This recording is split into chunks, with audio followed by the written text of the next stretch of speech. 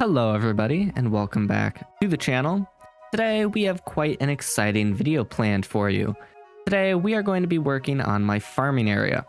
We're going to be upgrading my farming area from this very bland empty area to this magnificent area of farming. This area is going to consist of multiple projects, starting with brand new storage for our guardian farm, automatic crafting systems to craft prismarine block types. Then we're gonna have to go ahead and install, of course, a raid farm for totems of undying and redstone, a squid farm, and a gold farm. We're even gonna build a automatic kelp farm. So without any further ado, let's go ahead and get into the video, shall we? Now, the first project of the day is going to be the raid farm. Now, normally when building a raid farm, you build two parts, the part that kills the raid, and the part that gets you the bad omen potion effect bottles. But because I already have so many of these bottles left over from back a few episodes ago when we were doing our trial chamber raiding, I'm not going to be building the bottom portion of our raid farm. I'm just going to build the platform that is going to kill off all the raiders. So let's go ahead and construct the first farm of the day.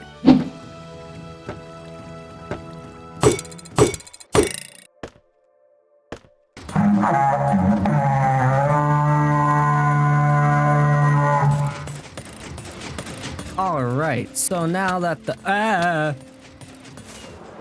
with the raid farm now being built up, it is time to go ahead and get on with the next step of our project. With this now done, we have a supply of redstone dust, meaning we can now go ahead and build the allay item sorters for both the totems inside of our raid farm and the tridents from our drowned farm we built up in the last episode. So the first thing we gotta do before we can start building either one of these though is go get some allays, which, lucky for us, we have some back at base. Alright, so back here at the base we have an allay, we have music discs, and we have, of course, some amethyst. All we now have to do is go ahead and craft up a jukebox, and we can go ahead and clone our allay. Put in some music, give you some amethyst, and there we go. Take all of this with us because we're gonna need to make more once we're over there. All right, there we go. Allay is back in the minecart. Push that minecart into the hole, block off that. All right, let's try doing it this way. What if the allay is free to move there and then I push it down? Now he should be trapped. Like, I can remove all these. The allay shouldn't be able to get out now. All right, it appears that that has worked. And with that, the raid farm item sorting system is now completed. Any totems will get sorted out by the allay and sent down this absurd looking hopper line into the chests. And then the redstone, emeralds, and glowstone dust will all get sorted out here, dispensed into this water stream, and sent down into our little water stream down there, where they will then get sorted into their respective chests. And of course, all of this has been covered with leaves as to ensure that it is all raid proof and nothing can spawn on it. Now, with all of that completed, it is time to go ahead and set up the automatic item sorting system for the tridents and the respective drops from drowned.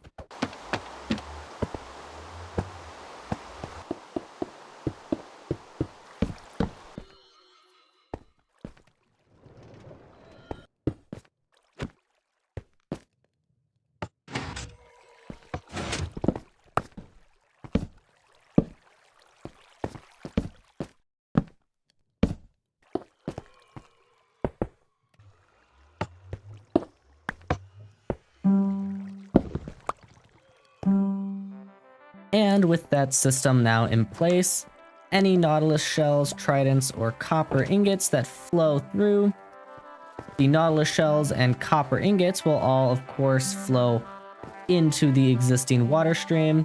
Meanwhile, the trident will get picked up by the allay.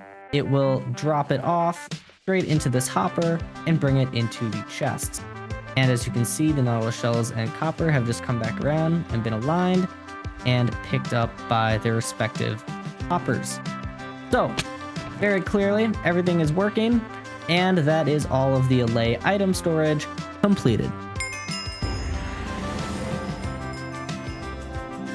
Now our next project is going to be to go ahead and build the automatic prismarine crafter and dispensers, along with the control panel that is going to control it, and a few other farms that we're building today. So without further ado, let's go ahead and set up the crafters.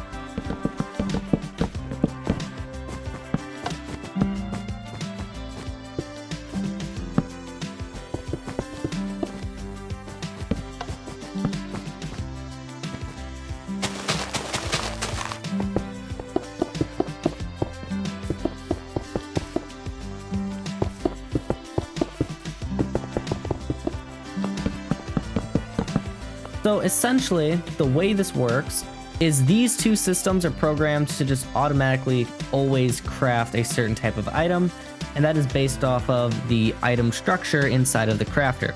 So this one will always be crafting sea lanterns, and it's sucking the items out of the respective storage chests over here. This one over here is programmed for dark prismarine, but it isn't crafting because I don't have any ink, so I can't actually get it to work. Then these two over here, this one is for prismarine, just prismarine. I think that's just what it's called, right? Yeah, prismarine. And this one is for prismarine bricks. So by putting in these two hoppers, the two of those will start working. So we should see the prismarine bricks go up and prismarine go up. So these are gonna craft all the way until it completely fills up, at which point the systems that are made on the red wool are going to detect it.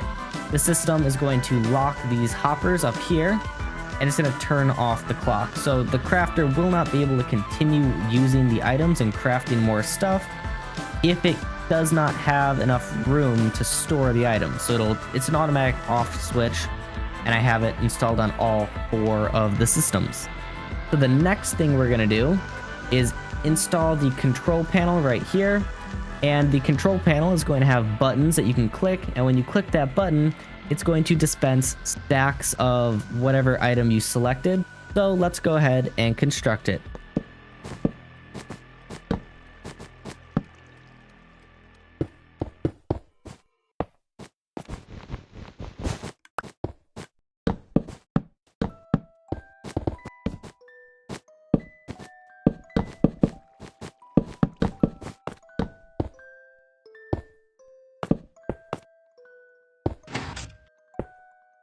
Alright, so that is the 64 item dispenser system now fully installed.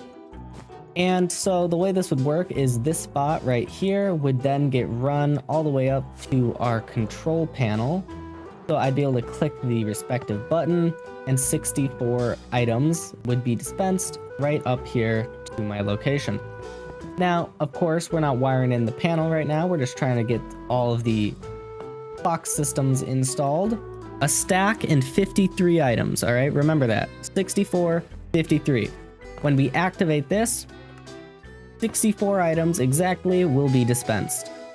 So now the clock has begun. The items are being dispensed. The water stream is not completed. All right, ignore that mess. But once the clock actually finishes ticking, exactly 64 items should have been dispensed.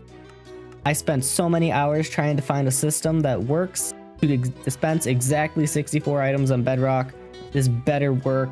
And exactly 64 were dispensed. If you remember, there were 64 plus 53, and there are only 53 remaining. Now let's go ahead and wire up the other 3 64 item dispenser systems, and then we can wire them all up into our beautiful control panel. Alright, so now that all of the 64 item dispensers are installed and hooked up to this control panel where I can hit a button and 64 of the corresponding item will be sent straight to my player, we're going to go ahead and start installing a brand new circuit.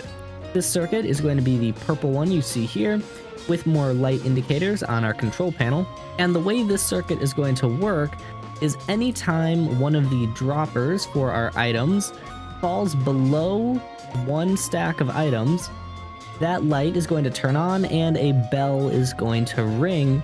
It'll tell me when I'm low on items. This way I know if I'm hitting the button for resources, I may not actually be obtaining all 64 of the items that I want.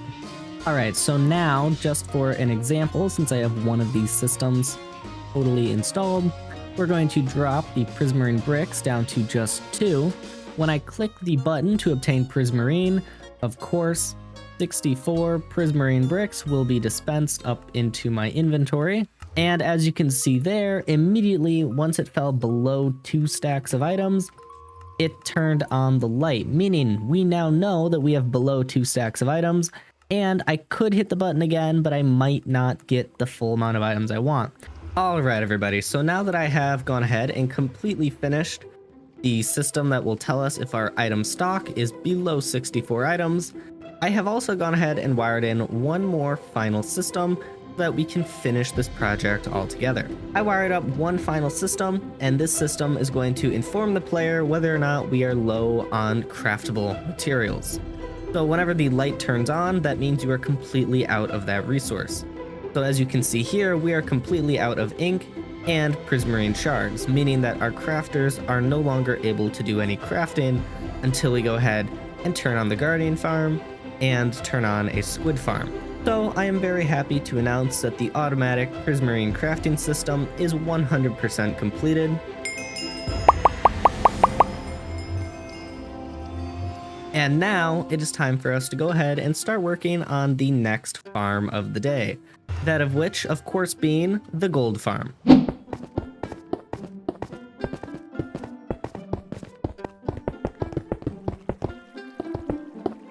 Alright, so both of the portals are now in place, the drop chutes are now in place, and the trident killers are in place. Mostly. I still have to put in the tridents. Back here is the redstone that goes upwards to actually activate our portals, and down here is the redstone that turns on the trident killers.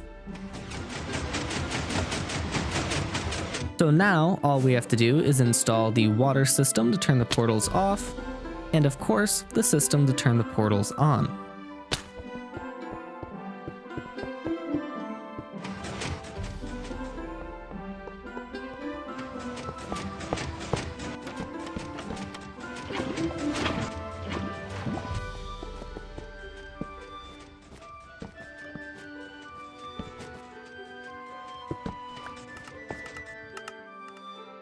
Alright everybody, well, the gold farm is now completed, and as I'm sure you'll notice, it looks a little bit different than it did before.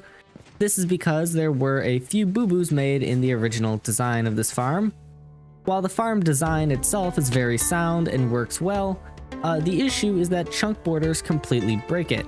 And I, for some stupid reason, put one of the water systems in between the chunk borders, so it was going over this by like 3 blocks, and it kept breaking it. Thankfully, there is just enough room for me to move it over by 2 or 3 blocks and just make it work perfectly. I got real lucky with that one. But yeah, gold farm now completely works. You'll notice that I've also gone ahead and set up a water stream system, so the items will go down here. Nuggets will get sorted out and crafted into ingots, both of which will then flow into this water stream here and make their way into the central sorting ring. Once in the central sorting ring, our golden ingots will get sucked down here, and as you can tell, I have definitely been AFKing for just a little bit. So we definitely have more than enough gold needed to go make the powered rails and start our squid farm. And now that we have all of these powered rails crafted, we need to go ahead and collect just a few more resources before we can actually start building the squid farm. First item on the list of things to collect is going to be magma. Now we need to get some glass, and now we need to actually start building the platform that we're going to build our squid farm on top of. Now with all of our rails in, we can go ahead and start installing the automatic hopper minecart unloading systems.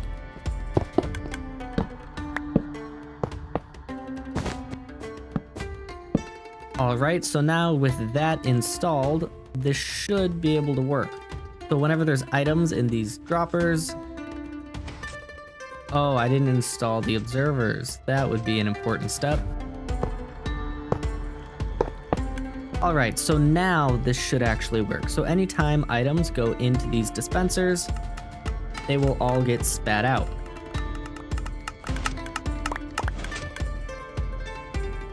Alright, now I can go ahead and fill in all of the magma blocks, and then we can fill it with water.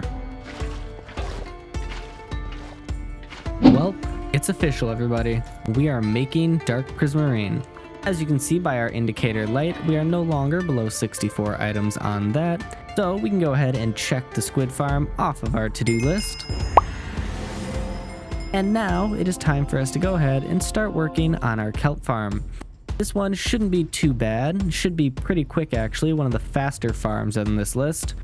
So let's go ahead and get to it, shall we? Alright guys, so this is the kelp farm so far. It's essentially a single piece of kelp that is constantly being bone mealed and broken via a piston, and then using some bubble columns and other water mechanics, it is floating up to the top and being pushed across. Now, I still have to put in the smoker that's going to cook it into dried kelp. I still have to put in the automatic crafter system to make dried kelp blocks. And I gotta put in some other smart redstone systems to automatically activate and deactivate the crafter for the bone meal over here. And I have to put in some systems that will tell it whether it needs to keep crafting kelp blocks, whether the storage chest is full and needs to shut down the system, whether it needs to be bone mealed. There's so many other systems that I need to install, and there's so much that I have not quite figured out yet, but we're getting there. We got some real good progress, all right? We at least have the base farm laid down. All right, so this first system actually wasn't too bad. Now, whenever this is completely full of bone meal, it will not be crafting. So whenever this hopper fills up with a stack in 10, the crafter will turn off. Just to show you, if I remove the stack, it's going to start crafting, and as soon as this fills up to over 64 items in that first slot, it's going to turn it off. So there is that all taken care of now. The next circuit to tackle is going to be the dried kelp block crafter. Alright, so since the last clip, I have gone ahead and installed the automatic crafting system. I've also installed this little system here, so once this double chest is full of X amount of dried kelp blocks, it will automatically lock the crafter so it does not craft anymore. Then I also installed this little comparator system out the back, so once this top hopper supplying kelp to the smoker fills up with 46 kelp pieces, it will deactivate the bone meal kelp farm. I also went ahead and installed this minecart system, so any dried kelp that is made will get picked up by the minecart and brought back up to the furnace, and any excess kelp that is made will now go down this hopper chain and into this smoker system down below. Now this system is where the cod from our guardian farm is coming, and I have gone ahead and sent a wire back to the control panel so that we can see how much fish we actually have in the system. Now, I haven't wired up one of the 64 item dispenser systems yet. I still have to do that, but things are coming along and we have just a little bit more to do before this kelp farm is completed.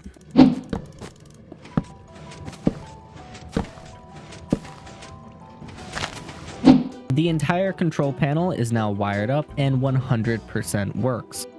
Now we have redstone lamps telling us whether we are low on fish, bone meal, or kelp for the crafting purposes over there.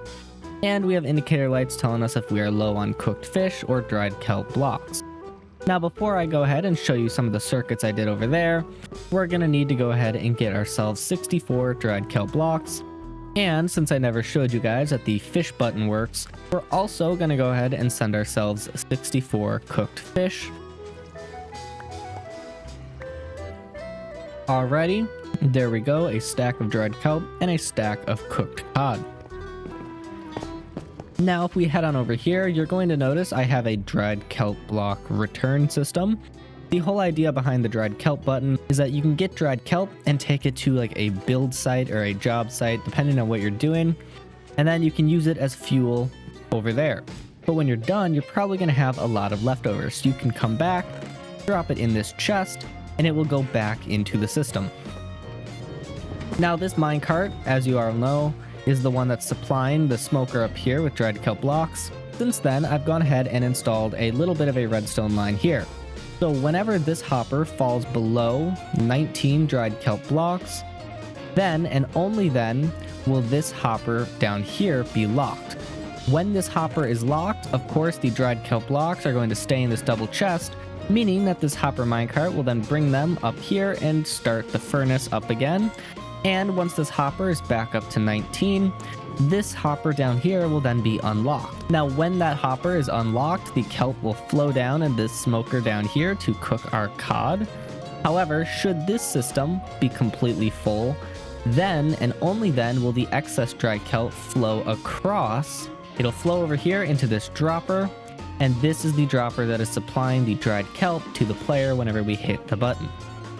Overall, it's a pretty nice system, and it had to go through a lot of changes to finally get to this point where it actually works, and I don't have to worry about things backing up or hoppers being clogged with ink sacs or random weird bugs and issues I was having. The system now fully works. It is fully optimized, and while I'm sure you could optimize it a little bit further, for my purposes, I am very, very proud of my redstone ingenuity, and I think it's going to do the job. So with all of this now being completed, we can go ahead and check the kelp farm off of our to-do list. Well, that is it. We have officially completed our control panel. Now we can go ahead and click every single button on this control panel, and we will get 6 different stacks of items. I am so incredibly proud of this build. I spent so many months designing this, so to finally see this working fully in my survival world as a reality is absolutely incredible. Here come all the items. We're just gonna be able to see that they all work real quick.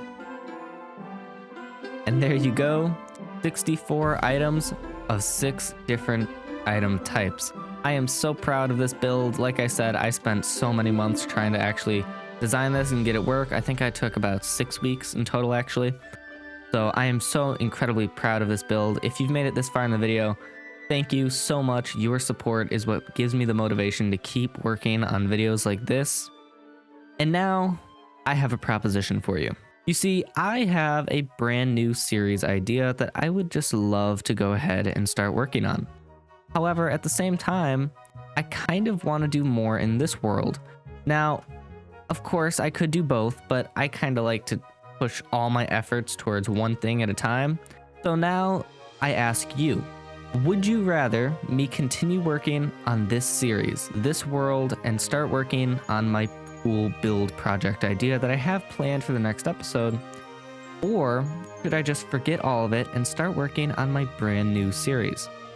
I don't really know what the right answer is, but that's why I'm asking you. Depending on how many likes and views this video gets, and what you guys have to say down in the comments below, I will decide whether I am to keep this series going or start work on my brand new one. And no, you don't get a hint at what the brand new one might be. That's confidential. You don't get to know that yet. Anyways, thank you all so much for watching. Be sure to let me know down in the comments what you think I should do, and I'll see y'all in the next one. Goodbye!